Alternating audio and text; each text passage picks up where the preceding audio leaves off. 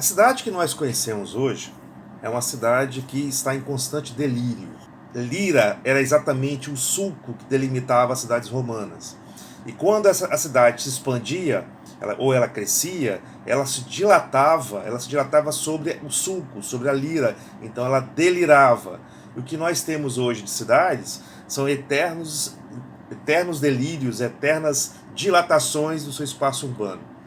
Nesse livro, esse pequeno livro, né, o filósofo Massimo Cacciari nos apresenta conceitos de cidades, começando lá na Grécia Antiga, passando por Roma, chegando às cidades da Idade Média, às cidades do período cristão e até o contemporâneo, a partir de todo um viés filosófico, a partir de conceitos iniciais de origem da cidade.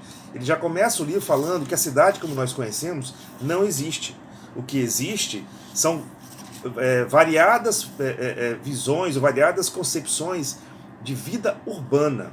No caso da grega, se nós voltarmos na história, como nós já vimos em vídeo anterior falando, deve estar, vou colocar aqui nos cards, em vídeo anterior, quando nós falamos sobre a cidade antiga de Fistel de Colange, né, o Cacciari nos fala da polis grega, né, que a polis grega era uma grande reunião familiar, uma grande reunião de gêneros, né, ou seja, de parentescos, de pessoas que tinham parentescos entre si, e esse parentesco tinha que ser protegido, esse parentesco tinha que ser restringido, né, tanto que estrangeiros não eram exatamente bem-vindos, só se fossem para fazer um comércio, mas eles não eram bem-vindos dentro daquele seio familiar que era a polis grega, né?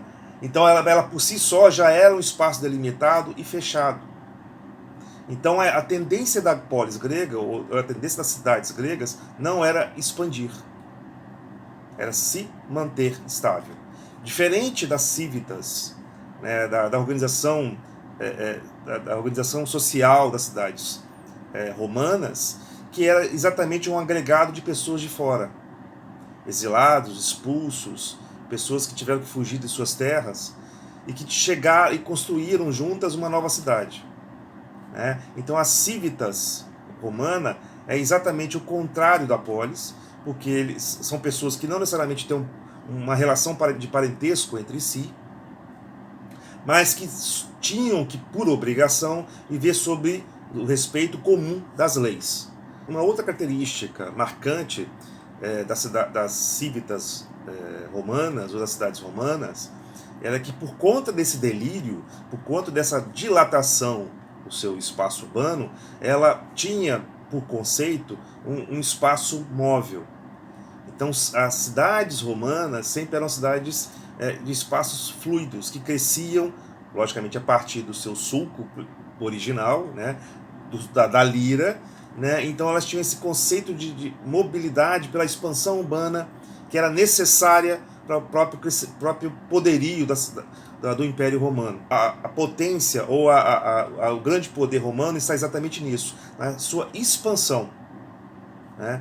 Diferente das cidades-estados gregas, que eram limitadas em seu território, né, em seu limite claramente sagrado, que não poderia ser ultrapassado.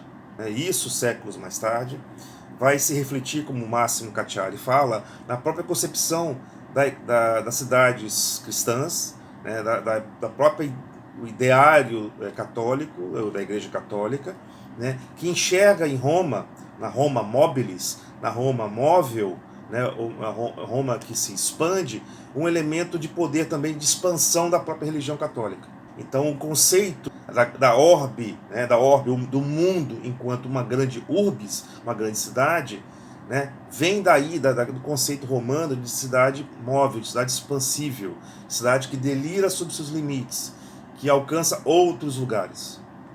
As construções dos espaços urbanos, desde a Idade Média, marcam duas características muito contraditórias, segundo o filósofo, que eram exatamente, ao mesmo tempo, as cidades eram espaços de negócio, né, do negotia, né, do negócio, do comércio, e também era o lugar do lazer, do habitar, do prazer, né, o seio familiar, da sua origem e do seu lugar de moradia. Então esses dois fenômenos urbanos, né, o negócio que se transformar depois em fenômenos urbanos, o negócio e o lazer ou o prazer, se confundem e são, de certa forma, segundo ele, contraditórios. Porque são exatamente duas marcas de duas civilizações diferentes. Você tem a ideia do habitat enquanto elemento sagrado, do lazer, do bem-estar, dali, de você estar dentro do seu espaço, do seu lugar, algo que relembra, que remonta às polis gregas, e ao mesmo tempo dessa expansão, desse crescimento, que também acaba empurrando ou trazendo para dentro do próprio espaço urbano, né, o comércio, outros elementos, fora desse conceito sagrado do habitat. Chiari ainda nos lembra que a questão do negócio, do negotia, acaba se sobrepondo à ideia do espaço sagrado, do habitat, do lazer, do convívio comum. E como isso, ao longo dos séculos, praticamente, principalmente no último século, como isso criou um elemento de esquizofrenia na própria concepção ou entendimento do espaço urbano.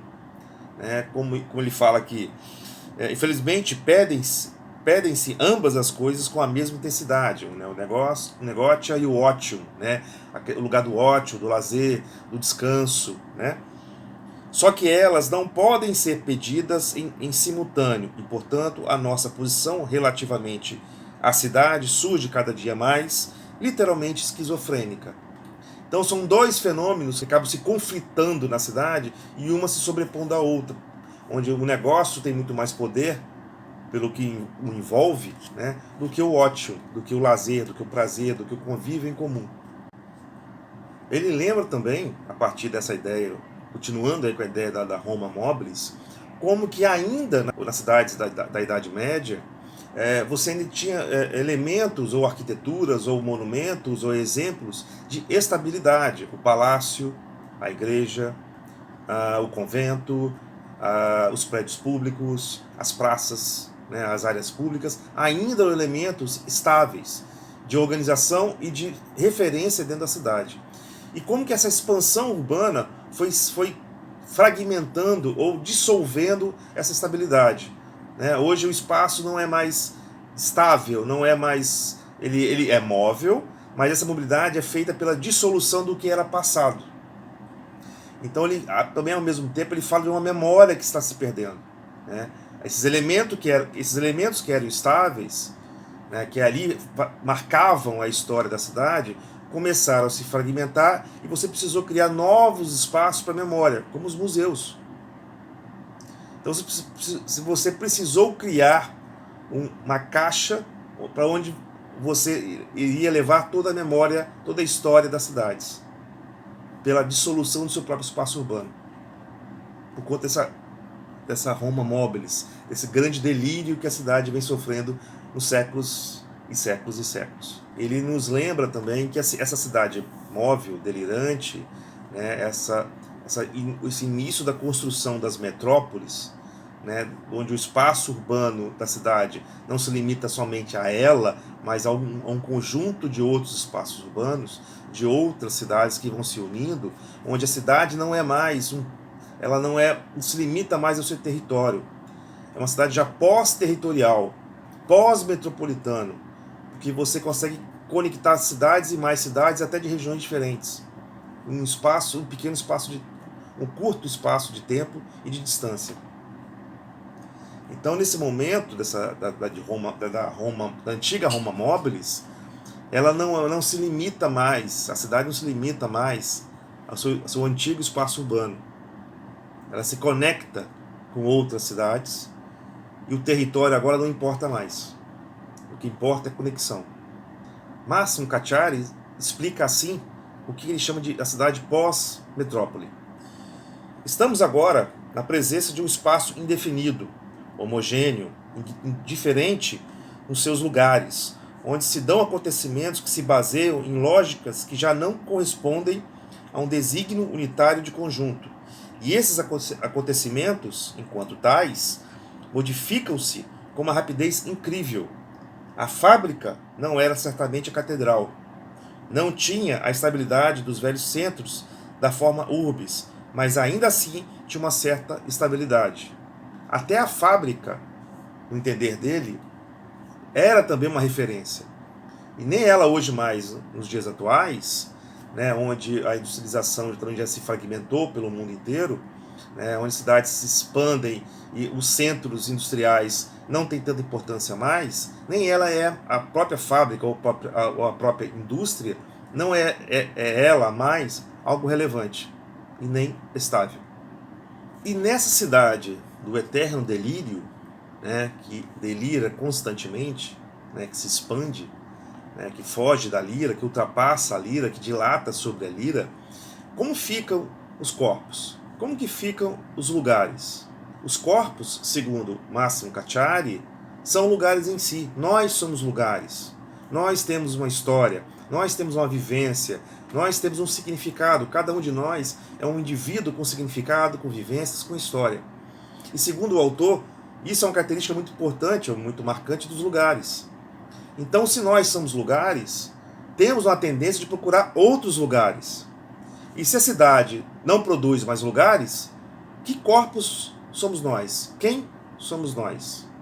Onde nós estamos? Quais são as nossas referências? Ao mesmo tempo que essa cidade se dilata, ela se move, né, se expande, ela cria, como explica aqui o Cacciari, problemas de mobilidade próprias do homem. O homem começa a ter dificuldades de se mover dentro da própria mobilidade ou da própria expansão ou do próprio delírio da cidade, né? E ao mesmo tempo ele puxa aqui uma crítica à própria arquitetura que está sendo feita nessa cidade, que em alguns casos se quer, né, acompanhar essa expansão, esse movimento, esse fluxo, mas não conseguem sair da rigidez da própria arquitetura, que a própria arquitetura impõe, né, que as estruturas arquitetônicas impõem. Ele fala também até de uma atitude que a gente pode chamar de revolucionária no mundo atual, de uma arquitetura pequena, da construção das cidades a partir de uma arquitetura pequena, muito civil, muito contida, que não busque símbolos e mais símbolos que podem, segundo ele, ficar ridículos com o tempo, mas sim algo mais contido, mais local, que ligue as pessoas, que crie lugares, que crie conexões, porque as pessoas se façam reconhecer naquele edifício e praticamente naquele lugar, né? Então é algo contrário a essa cidade do movimento eterno, né, onde as coisas vão se fragmentando, vão se dissolvendo, vão virando fumaça e vapor, mas sim algo que fixe, que crie pelo menos uma mínima estabilidade em espaços específicos da cidade. Já que vivemos numa cidade de eterna expansão, né, e precisamos então trabalhar essas intervenções, esses lugares de forma específica e de forma variada, o Máximo Cacciari fecha o livro falando nisso, que a beleza, se a gente pode ainda encontrá-la nessa cidade, ela está exatamente aí, né? Nessa possibilidade de variações, ou de várias possibilidades diferentes de arquiteturas, de lugares diferentes, de construções diferentes, que não seguem exatamente uma única norma, ou uma única forma, ou um único conceito, né? Arquiteturas específicas para lugares específicos, para a construção de uma cidade que você se identifique, que ela se expanda, mas pelo menos você consiga ali ter uma conexão, ter um contato, ter uma ligação com ela. Gente, acho que é isso. Se eu posso indicar o livro, né, A Cidade, de Máximo Cacciari, né, do filósofo italiano Máximo Cacciari, editado pela editora Gustavo Dilli, né? Vocês ainda encontram esse livro pela internet, até com um preço bom. Na época eu comprei muito caro esse livro, porque é uma edição portuguesa, não é brasileira, mas vocês encontram em preços melhores, tá?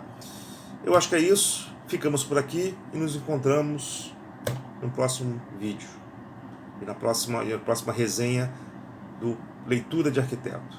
Valeu, gente. Obrigado. Um abraço.